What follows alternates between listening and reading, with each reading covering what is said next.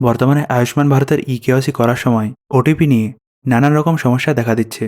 বিশেষ করে যখন ই-কেওয়াইসি করা হচ্ছে, তখন এই বেনিফিশিয়ারির পেজে do you have a mobile নাম্বারের অপশান দেখাচ্ছে এবং সেখানে মোবাইল নাম্বারটা এন্টার করে ভেরিফাই অপশনে ক্লিক করলে ওটিপি কিছুতেই আসছে না। এবং এটা কেন হচ্ছে, এই প্রশ্নটার উত্তর জানার জন্য আমি আজকে আয়ুষ্মান ভারতের হেল্পলাইনে ফোন করেছিলাম এবং সেখান থেকে এই ওটিপির ব্যাপারে কীরকম সমাধান পাওয়া গেল সেটা আপনারা শুনুন। প্রযুক্তিগত সহায়তার জন্য 0 টিপুন। This call may be recorded for training and quality purposes. नमस्कार, प्रधानमंत्री जन आरोग्य योजना में आपका स्वागत है। मैं बेबी आपकी किस प्रकार से सहायता कर सकती हूँ? जी, मैं वेस्ट बंगाल से हूँ और हमारे यहाँ पर अभी ई-केवाईसी हो रहा है आयुष्मान भारत का।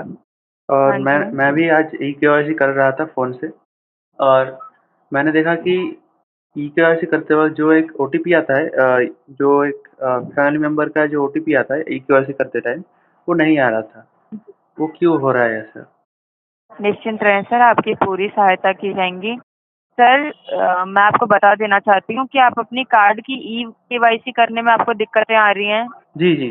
ई-केवाईसी करते वक़्त जी। ओटीपी नहीं आ रहा है। लाइन पे बने रहिए सर, मैं आपको इसकी पूरी जानकारी दे रही हूँ। ठीक है। तो मैं आपको बता देना चाहती हूँ सर कि कार्ड की ई-केवाईसी करने में जो आपको ओटीपी नहीं आ रही है, हाँ।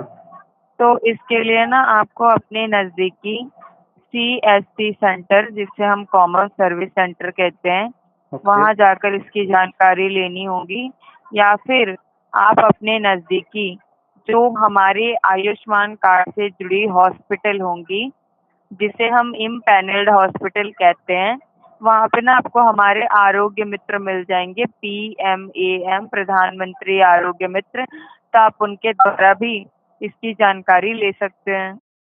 তাহলে হেল্পলাইন থেকে পাওয়া সমাধান থেকে আপনি বুঝতে পারছেন যে যদি আপনার আয়ুষ্মান ভারত কার্ডে ই-কেওয়াইসি করার সময় মোবাইল নাম্বারে ওটিপি আসছে না, তাহলে আপনাকে হয় সিএসসি কেন্দ্রে যেতে হবে, নয়তো আয়ুষ্মান ভারত অ্যাফিলিয়েটেড হসপিটালে যেতে হবে।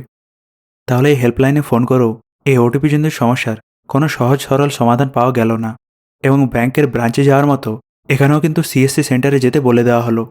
এই বিষয়ে আপনার কি মনে হয় আপনি কমেন্টসে অবশ্যই জানান। ভবিষ্যতে আয়ুষ্মান ভারত সংক্রান্ত ভিডিওর জন্য আপনি আপনার সব বন্ধুকে সাবস্ক্রাইব করুন। ভিডিওটি দেখার জন্য ধন্যবাদ।